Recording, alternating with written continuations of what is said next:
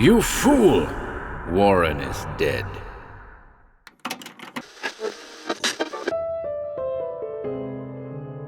Welcome to HorrorBabble. Today I'm pleased to present a brand new recording of another Lovecraft favorite, Cool Air.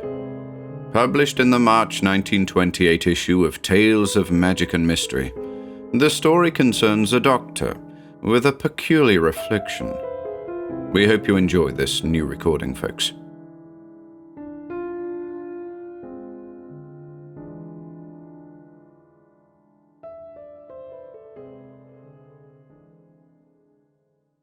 Cool Air by H.P. Lovecraft.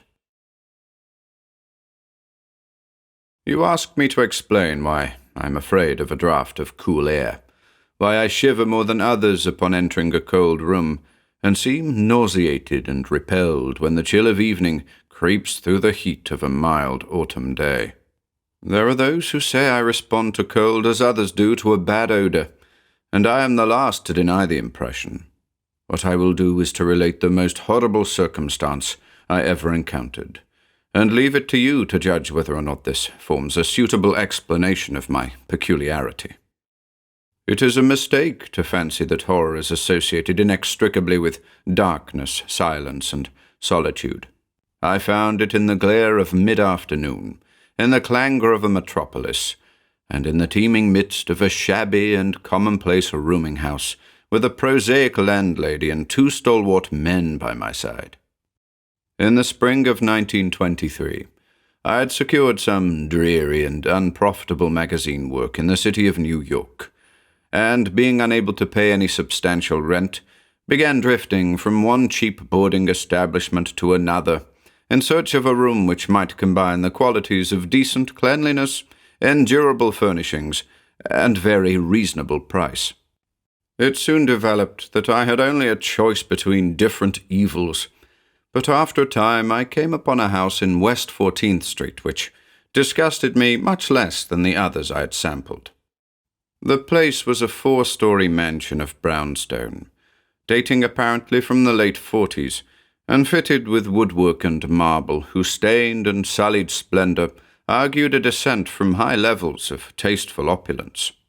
In the rooms, large and lofty and decorated with impossible paper and ridiculously ornate stucco cornices, there lingered a depressing mustiness and hint of obscure cookery. But the floors were clean, the linen tolerably regular, and the hot water not too often cold or turned off, so that I came to regard it as at least a bearable place to hibernate, till one might really live again. The landlady, a slatternly, almost bearded Spanish woman named Herrero, did not annoy me with gossip or with criticisms of the late-burning electric light in my third-floor front hall room, and my fellow lodgers were as quiet and uncommunicative as one might desire, being mostly Spaniards a little above the coarsest and crudest grade. Only the din of streetcars in the thoroughfare below proved a serious annoyance. I had been there about 3 weeks when the first odd incident occurred. One evening at about 8, I heard a spattering on the floor, and became suddenly aware that I had been smelling the pungent odor of ammonia for some time. Looking about, I saw that the ceiling was wet and dripping, the soaking apparently proceeding from a corner on the side toward the street. Anxious to stop the matter at its source, I hastened to the basement to tell the landlady, and was assured by her that the trouble would quickly be set right. "Doctor Munoz," she cried as she rushed upstairs ahead of me. "He have Spieli's chemicals. He is to seek for Doctor himself, seeker and seeker all the time, but he will not have no affair for help. He is very queer in his sickness. All day he take funny smelling baths, and he cannot get excite or warm. All his own housework he do. His little room are full of bottles and machines, and he do not work as doctor. But he was great once. My father in Barcelona have hear of him, and only just now he fix a arm of the plumber that get hurt of sudden. He never go out, only on roof, and my boy Esteban, he bring him his food and laundry and medicines and chemicals. My God, the sal ammoniac that man use for keep him cool." Mrs. Herrero disappeared up the staircase to the 4th floor, and I returned to my room. The ammonia ceased to drip, and as I cleaned up what had spilled and opened the window for air, I heard the landlady's heavy footsteps above me. Dr. Munoz I had never heard, save for certain sounds as of some gasoline-driven mechanism, since his step was soft and gentle. I wondered for a moment what the strange affliction of this man might be, and whether his obstinate refusal of outside aid were not the result of a rather baseless eccentricity. There is, I reflected tritely, an infinite deal of pathos in the state of an eminent person who has come down in the world. I might never have known Dr. Munoz had it not been for the heart attack that suddenly seized me one forenoon as I sat writing in my room. Physicians had told me of the danger of those spells, and I knew there was no time to be lost. So, remembering what the landlady had said about the invalid's help of the injured workman, I dragged myself upstairs and knocked feebly at the door above mine. My knock was answered in good English by a curious voice some distance to the right, asking my name and business, and these things being stated, there came an opening of the door next to the one I had sought. A rush of cool air greeted me, and though the day was one of the hottest of late June, I shivered as I crossed the threshold into a large apartment, whose rich and tasteful decoration surprised me in this nest of squalor and seediness. A folding couch now filled its diurnal role of sofa, and the mahogany furniture, sumptuous hangings, old paintings, and mellow bookshelves all bespoke a gentleman's study rather than a boarding-house bedroom. I now saw that the hall room above mine, the little room of bottles and machines which Mrs. Herrero had mentioned, was merely the laboratory of the doctor, and that his main living quarters lay in the spacious adjoining room whose convenient alcoves and large contiguous bathroom permitted him to hide all dressers and obtrusive utilitarian devices. Dr. Munoz most certainly was a man of birth, cultivation, and discrimination. The figure before me was short but exquisitely proportioned, and clad in somewhat formal dress of perfect cut and fit. A high-bred face of masterful, though not arrogant expression was adorned by a short iron-grey full beard, and an old-fashioned pince-nez shielded the full, dark eyes and surmounted an aquiline nose which gave a Moorish touch to a physiognomy otherwise dominantly Celtiberian. Thick, well-trimmed hair that argued the punctual calls of a barber was parted gracefully above a high forehead, and the whole picture was one of striking intelligence and superior blood and breeding. Nevertheless, as I saw Dr. Munoz in that blast of cool air, I felt a repugnance which nothing in his aspect could justify. Only his lividly inclined complexion and coldness of touch could have afforded a physical basis for this feeling, and even these things should have been excusable, considering the man's known invalidism. It might, too, have been the singular cold that alienated me, for such chilliness was abnormal on so hot a day, and the abnormal always excites aversion, distrust, and fear. But repugnance was soon forgotten in admiration, for the strange physician's extreme skill at once became manifest, despite the ice-coldness and shakiness of his bloodless-looking hands.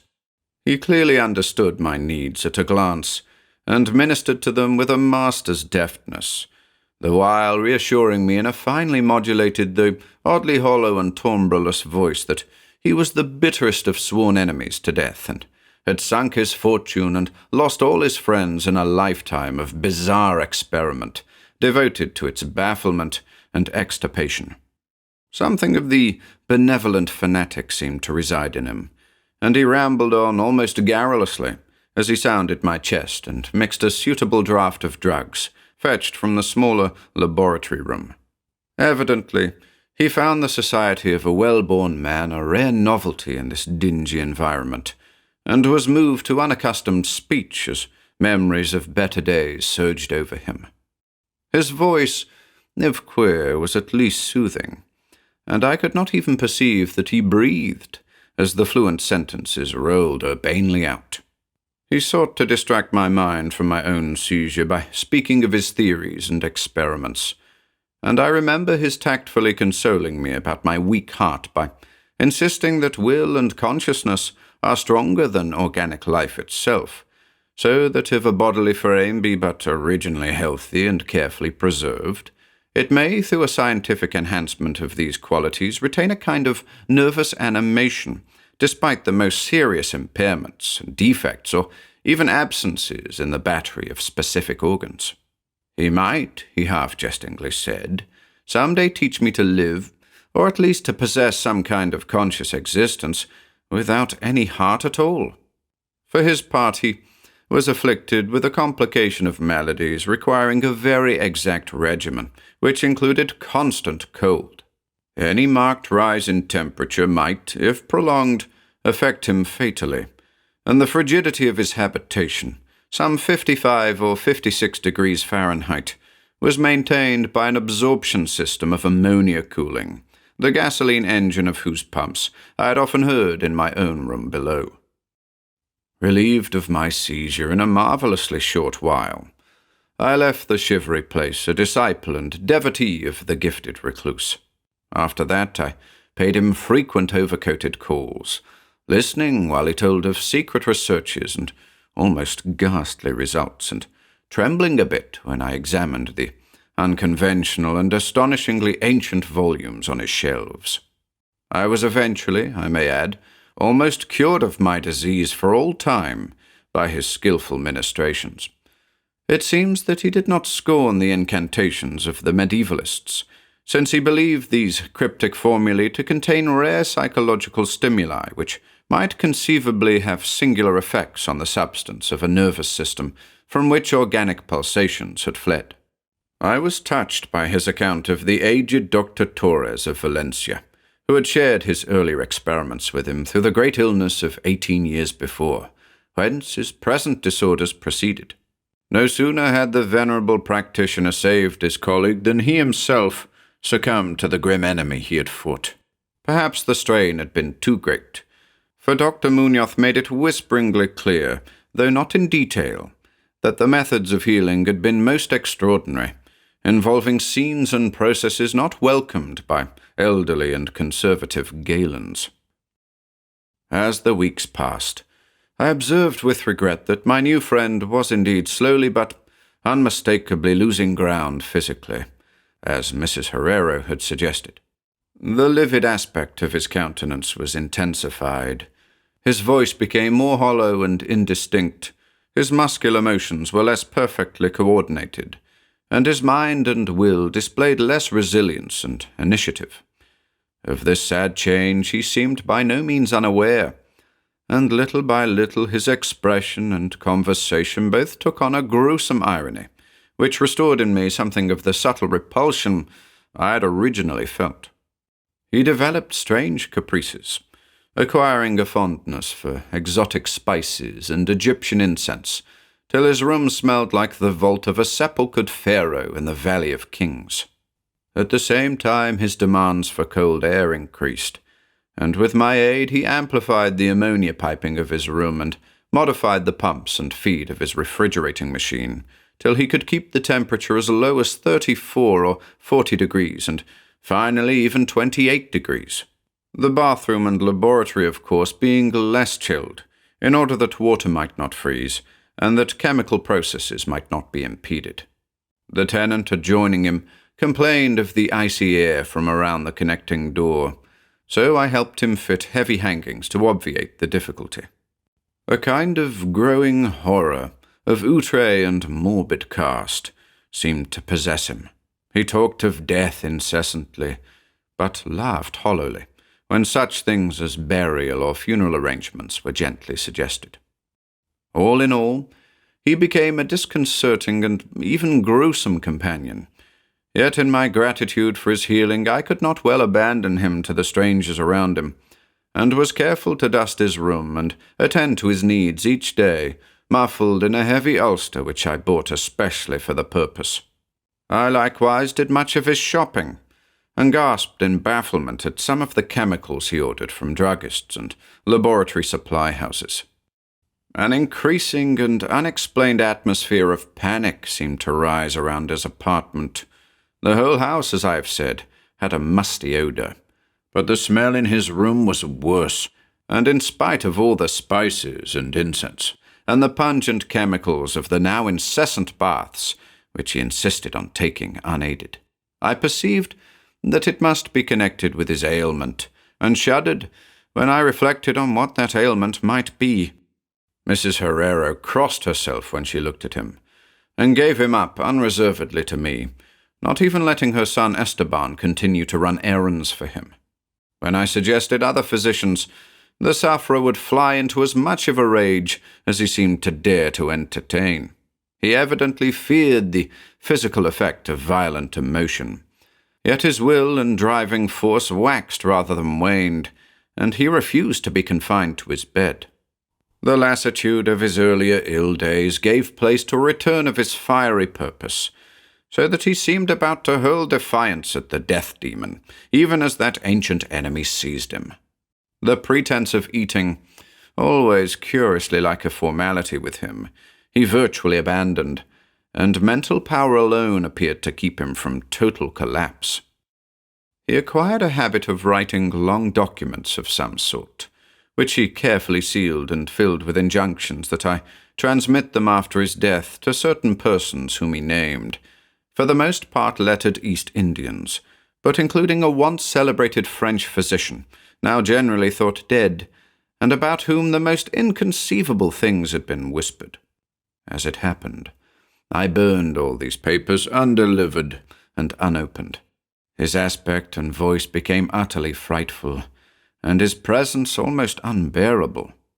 One September day, an unexpected glimpse of him induced an epileptic fit in a man who had come to repair his electric desk lamp, a fit for which he prescribed effectively whilst keeping himself well out of sight. That man, oddly enough, had been through the terrors of the Great War without having incurred any fright so thorough. Then, in the middle of October, the horror of horrors came with stupefying suddenness. One night, about 11, the pump of the refrigerating machine broke down, so that within 3 hours the process of ammonia cooling became impossible.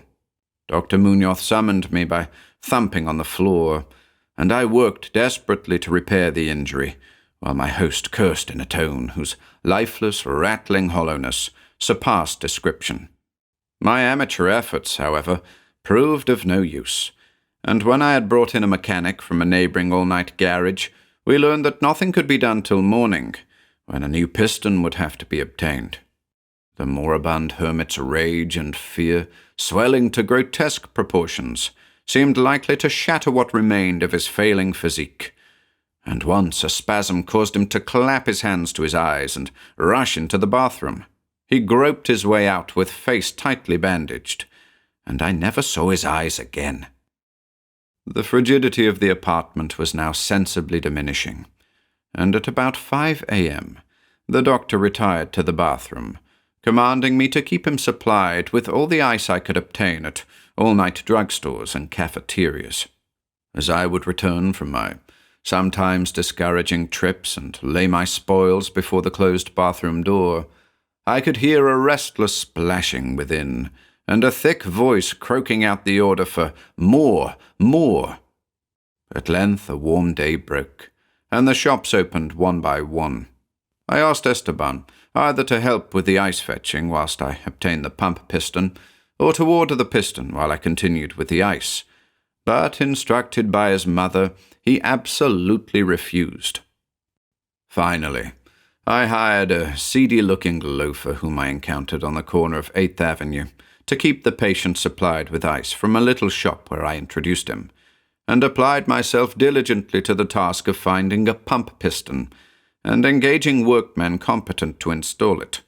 The task seemed interminable, and I raged almost as violently as the hermit when I saw the hours slipping by in a breathless, foodless round of vain telephoning and a hectic quest from place to place, hither and thither by subway and surface car. About noon, I encountered a suitable supply house far downtown, and at approximately 1:30 p.m.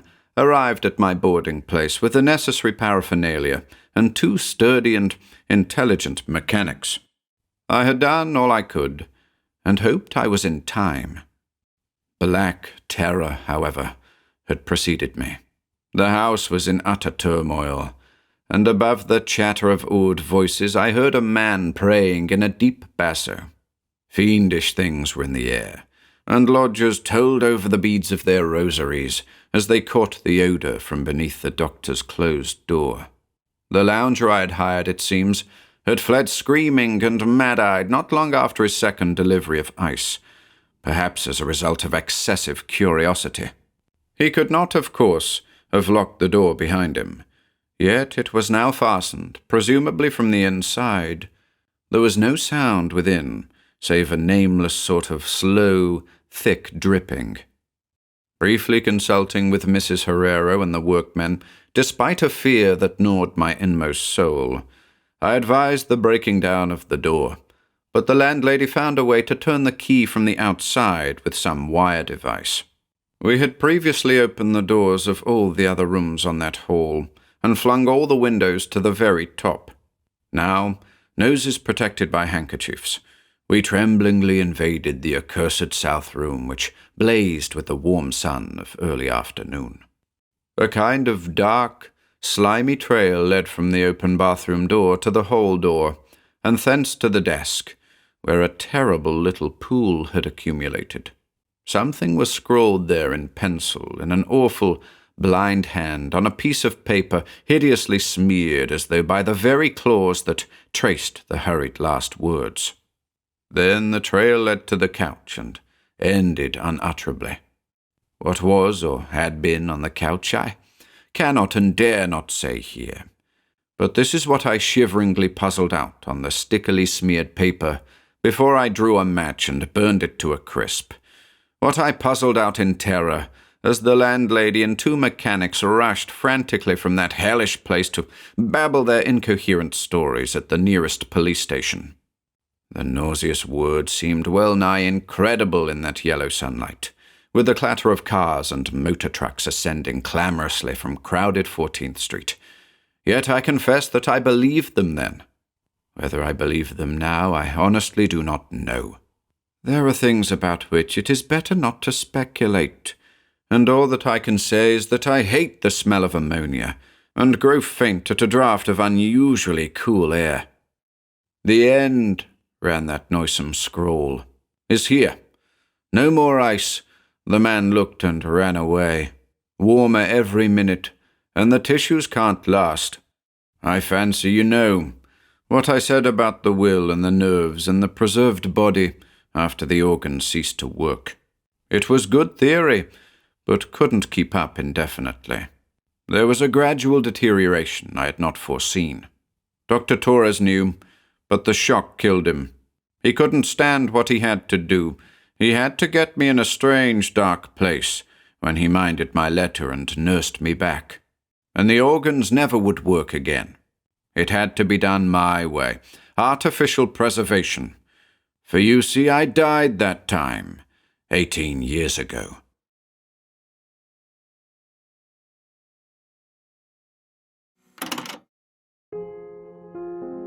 If you enjoyed listening today, be sure to subscribe to the channel by hitting the red subscribe button below. After doing so, click the bell icon next to the subscribe button to receive new content notifications. If you'd like to support our work and receive exclusive perks, consider becoming a channel member by clicking the join button below. To support us in other ways, see the video description for links to our Bandcamp and Patreon pages, our merch store over at Teespring, and further information relating to our releases on Audible, iTunes, and Spotify. And until next time.